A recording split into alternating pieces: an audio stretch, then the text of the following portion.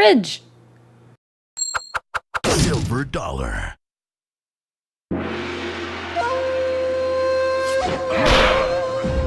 Hey there, I'm Valerian, and today we'll take a look at One Finger Death Punch by Silver Dollar Games.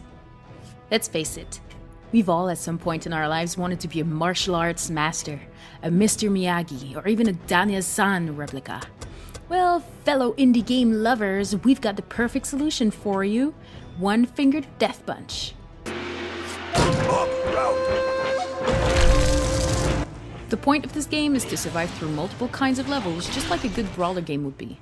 The difference between all of the other games and One Finger Death Punch is that you'll only be using two buttons, either your mouse left and right click, or a good old controller's blue and red button. You will be standing in place and will be waiting for your opponents to attack you so that you can deliver fatal blows in only a few hits.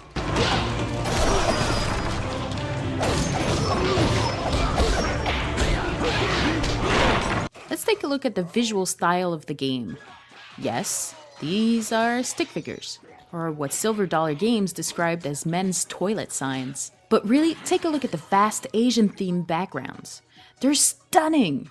Granted, you may not have the time to look at them, but they're there.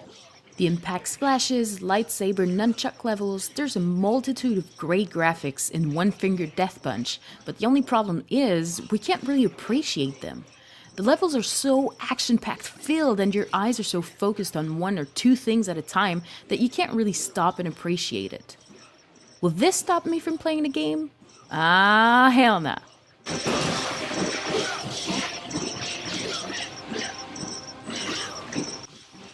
As you play, you get a sense of empowerment. It feels as though you're really hitting those enemies. You can feel the punches, the kicks, or even when you kick one of the spiky balls at your opponents. It feels real, it keeps you engaged, and you end up feeling as though you really are the master. And let's face it, there's no storylines to keep you going, or, if there is, I totally missed it because I was too busy wanting to acquire new skills, defeating new bosses, and completing the survival mode. This game is so really exciting that when my friend introduced it to me, I felt the urge to kind of compete with him. Friendly competition, of course. With 152 achievements on Steam as of today, there's a lot of content to go through and many challenging levels to vanquish.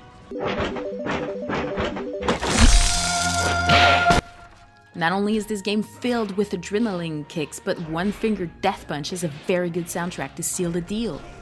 It's engaging, it keeps you focused, and even though one song can be played over multiple levels, you'll never feel like it's redundant. The sound effects are also one of the good reasons why the game feels real and keeps you going. A job well done on both visuals and sounds aspects.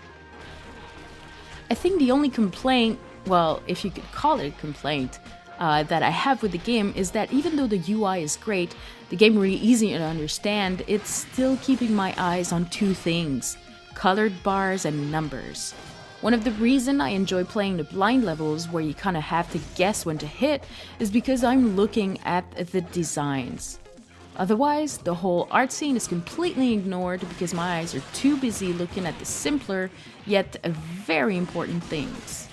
I give One Finger Death Punch a kick-ass 9 out of 10. For shoes.co, I'm Valerian, and I will see you next time. Hi! What? What the fridge?